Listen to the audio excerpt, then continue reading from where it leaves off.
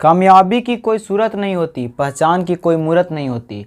अगर हौसला तुम में है तो तुम भी उड़ सकते हो खुले आसमान में, क्योंकि हौसलों को उड़ने के लिए पंखों की ज़रूरत नहीं होती। तो हेलो मेरा दोस्त, मैं चिट्टू कुमार इस नए वीडियो में आपका एक बार फिर से स्वागत करता हूं। हमसे जुड़ने के लिए धन्यवाद। आपको इस वीडियो में हम, जैसे कि आपको पिछले वीडियो में बताया था कि किस तरह बेस को शॉर्ट फॉर्म एवं लॉन्ग फॉर्म से आपको बताएंगे, उसी प्रकार इस नए वीडियो में हम कुछ आपके लिए बेसिक फैक्ट लेके आए हैं, जो कि इस वीडियो में हम आपको बताने वाले हैं। तो बेसिक फैक्ट बताने से पहले हम आपसे एक क्वेश्चन करते हैं, जिसका जवाब आप लोग दीजिए। अगर नहीं पता है तो ये वीडियो के अंत में आपको पूरा वीडियो देखिए, आपको पता चल जाएगा। आपका क्वेश्चन ये है कि वह कौन सा डिजिट है, कौन सा अंक है जो 1 से लेकर 10 तक सभी से विभाज्य है। 1 से लेकर 10 तक सभी से विभाज्य है। तो आप लोग इस पूरा वीडियो को देखिए, अंत में आपको पता चलेगा। तो आपको इस वीडियो में आपको हम कुछ बेसिक फैक्ट बताने वाले हैं, तो ध्यान से देखिए। तो हाँ दोस्तों, आपका कुछ बेसिक फैक्ट इस प्रकार है जो ये बताएंगे, और आपने क्वेश्चन को याद रखिएगा, भूलिएगा नहीं, वो आपको लास्ट में पता चलेगा। तो वीडियो को पूरा देखिए, आपको वो भी पता चलेगा। और यहाँ पे देखिएगा, यहाँ पे हमने लिखा है पहला नंबर, किसी भी संख्या को 0 से गुना करने पर उसका गुणनफल 0 होता है। हाँ बाबू, किसी भी संख्या को अगर हम 0 से गुना करते हैं तो उसका गुणनफल 0 होता है। जैसे कि देखिए, अगर हम 5 ले लिए मल्टीप्लाई 0, तो पहले ही बता चुके या फिर लिखा हुआ है, किसी भी संख्या को 0 से गुना करने पर उसका मान 0 होता है। ये हो गया आपका बेसिक फैक्ट 1। जैसे अगर हम यहाँ पे कुछ भी संख्या ले लेते हैं, मान लिया 150 ले लेते हैं, इसका भी 0 से गुना करने पर इसका मान 0 होता है। मान लिया आपको संख्या x ले लेते हैं, x को भी 0 से गुना करने पर इसका मान 0 होता है। तो दुनिया का कोई भी ऐसा संख्या हो, कोई भी ऐसा मतलब डिजिट हो, आप उसको 0 से गुना करिएगा तो उसका मान 0 होता है। दूसरा नंबर देखिएगा, किसी भी संख्या से 0 में भाग देने पे उसका भागफल 0 होता है। यहाँ ध्यान दीजिए, किसी भी संख्या से 0 में भाग देना, संख्या से 0 में भाग देना है। जैसे मान लिया हम ऊपर 0 में भाग देना है, नीचे संख्या हम कोई ले लेते हैं, 5 ले लेते हैं, तो किसी भी संख्या से 0 में भाग देते हैं तो उसका भागफल 0 होता है। जैसे मान लिया हम 150 भी ले लेते हैं, इसको 0 में भाग देते हैं तो इसका भी मान बाबू 0 हो जाता है। अगर हम मान लेते हैं 15,500 ले लेते हैं, अगर इसको भी हम 0 में भागा देंगे तो इसका मान 0 हो जाएगा। ये हो गया बेसिक फैक्ट नंबर 2। अब आगे चलते हैं बेसिक फैक्ट नंबर 3।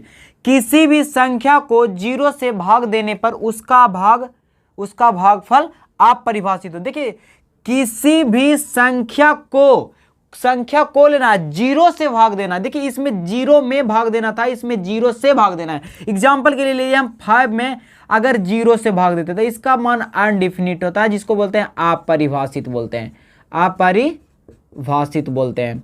जैसे अगर हम इसी संख्या को अगर ले लेते हैं, नीचे ऊपर 150 भी ले लेते हैं अंश को, और इसको 0 से भाग दे देते हैं, इसका भी मान क्या हो जाएगा बाबू? अपरिभाषित। कुछ भी ले लीजिए संख्या, कोई भी ले लीजिए, इसको अगर 0 से भाग देते हैं इसका मान अपरिभाषित होता है। परिमेय संख्या पढ़िएगा तो उसमें आपको बताया जाएगा कि Q नॉट इक्वल टू 0, कभी भी हर 0 के समान नहीं होता है। अगर Q 0 हो गया तो यह परिमेय संख्या नहीं है, परिमेय संख्या नहीं है तो अपरिभाषित संख्या है। तो आओ आगे। हाँ बच्चों, तो इसको स्क्रीनशॉट मैंने तो ले लीजिए। तो देखते हैं basic fact number 4। Fact number 4 में कहता है आपका कि यदि किसी संख्या का पावर यानी घात 0 हो तो उसका मान 1 होता है। दुनिया का कोई भी संख्या हो, उसका पावर अगर 0 हो तो उसका मान हमेशा 1 होता है। जैसे देखिए, मान लिया हम ले लेते हैं x के पावर 0, तो इसका मान क्या हो जाएगा जी? 1 हो जाएगा। संख्या आपको x के जगह पे कुछ भी दे दीजिए, मान लिया 20 ले लेते हैं, 20 के पावर 0, तो इसका भी मान 1 होता है। आगे चल के इसको कैसे होता है वो भी बताएंगे, फिलहाल अभी यहाँ पे फैक्ट पढ़ रहे हैं, मतलब समझिए कि होता है तो होता है। जैसे अगला भी ले लेते हैं, मान लिया 150 ले लेते हैं, इसका पावर 0 है तो इसका मान 1 हो जाएगा। जैसे हम तो x लिख दिए, x के जगह पे कुछ भी रखेंगे, अगर उसका पावर 0 करेंगे तो उसका मान हमेशा 1 के बराबर होता है, यानी 1 होता है। जैसे मान लिया हम ले लेते हैं x भी ले लेते हैं, इसका पावर 0 है तो इसका भी मान क्या हो जाएगा? 1 हो जाएगा। आगे चलेंगे तो हम इसको प्रूफ करके भी दिखाएंगे। अगर कहिएगा तो, अगर चाहिए तो अगला कमेंट कीजिए, अगला वीडियो में हमको प्रूफ करके दिखा देंगे। चलिए अगला देखते हैं, बेसिक फैक्ट नंबर 5 देखते हैं।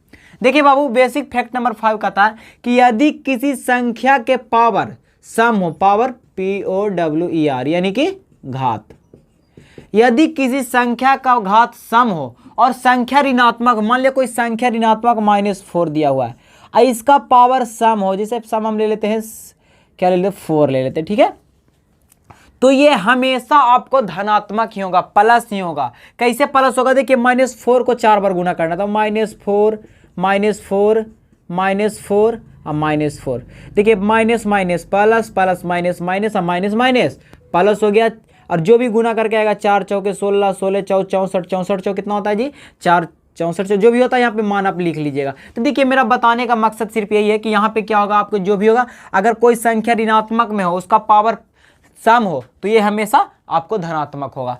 जैसे हम ले लेते हैं -2 है, -2 के पावर 4 ले लेते हैं, तो -2 गुना -2 गुना -2 गुना -2, देखिए minus minus plus plus minus minus फिर माइनस माइनस प्लस हो गया, 2 दूनी के 4, 4 दूनी के 8, 8 दूनी के 16। तो कहने का तात्पर्य ये है कि अगर किसी भी संख्या का पावर सम हो और संख्या धनात्मक ऋणात्मक, यहाँ तक कि अगर धनात्मक रहेगा तो धनात्मक आएगा ही, लेकिन अगर ऋणात्मक भी रहेगा तो इसका मान प्लस में हो जाएगा, यानी धनात्मक हो जाएगा।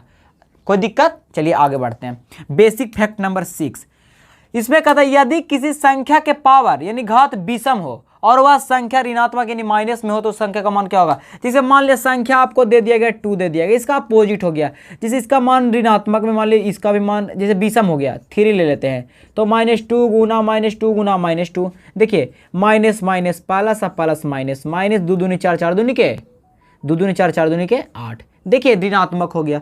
तो सीधा ये समझिएगा कि अगर यदि किसी संख्या का घात विषम में रहे और वह ऋणात्मक रहे, क्या रहे, ऋणात्मक रहे, तो उसका मान क्या हो जाएगा बाबू, ऋणात्मक ही होगा। अगर धनात्मक में रहेगा तो धनात्मक होगा ही, लेकिन अगर ऋणात्मक में रहेगा तो उसका मान ऋणात्मक होगा। एक और देख लेते, मान लिया x -x के पावर 4 है, ठीक है, सॉरी 3 है, तो इसको बाहर निकालने के लिए -x के पावर 3 ही रहेगा। कोई दिक्कत, ये माइनस में ही रहेगा।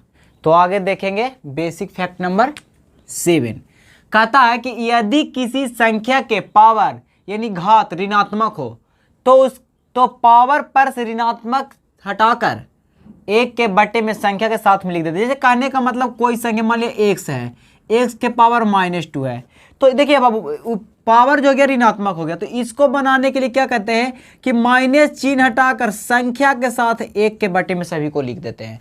जैसे देखिए अगर मान लिया यहाँ पे आपको 5 का पावर -2 है, अगर इसको भी निकालना है तो 1 के बटे में 5 का स्क्वायर कर देते हैं।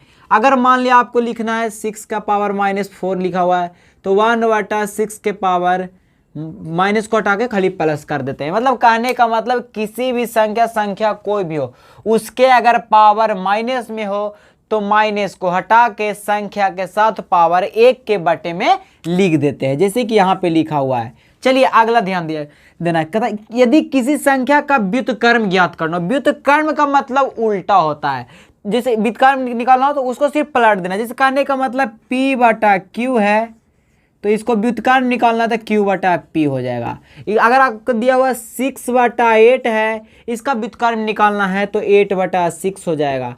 आगे चलिए आपको 9/6 है तो इसका व्युत्क्रम निकालना तो 6/9 हो जाएगा। कहने का मतलब संख्या को सिर्फ पलट देंगे, यही आपका व्युत्क्रम कहता है। मान लिया आपको R/S है तो S/R, अंश वाले मान को हर में तथा हर वाले मान को अंश में लिख देते हैं, यही संख्या का व्युत्क्रम होता है। चलिए लास्ट देखते हैं, कहता है कि यदि किसी संख्या का योग प्रतिलोम ज्ञात करना हो तो केवल उसके चिन्ह को बदल देते हैं। जैसे कहने का मतलब 4 का योग प्रतिलोम निकालना है, तो देखिए इसके आगे ना कुछ तो क्या होता है प्लस, ये भी फैक्ट है बाबू। देखिएगा अगर बहुत सारे फैक्ट है, अगर किसी संख्या के कुछ आगे नहीं दिया हो तो उसका मतलब वह प्लस होता है, तो इसको चेंज करेंगे तो योग प्रतिलोम निकालेंगे तो -4 हो जाएगा। मान लिया 4/6 है तो -4/6 हो जाएगा। अगर यही आपको दिया -x/y दिया हुआ है तो ये हो जाएगा प्लस में x/y हो जाएगा। आगे आपको दिया है 9/6 दिया हुआ है तो -9/6 हो जाएगा। अगर यही -9/6 है तो बराबर प्लस में 9/6 होगा। मतलब कि योग प्रतिलोम जो है बाबू, किसी भी संख्या का योग प्रतिलोम पूछे तो केवल और केवल उसका चिन्ह चेंज कर देते हैं। जैसे माइनस में रहेगा तो प्लस कर देंगे और प्लस में रहेगा तो माइनस कर देंगे। यही हो गया आपका बेसिक फैक्ट।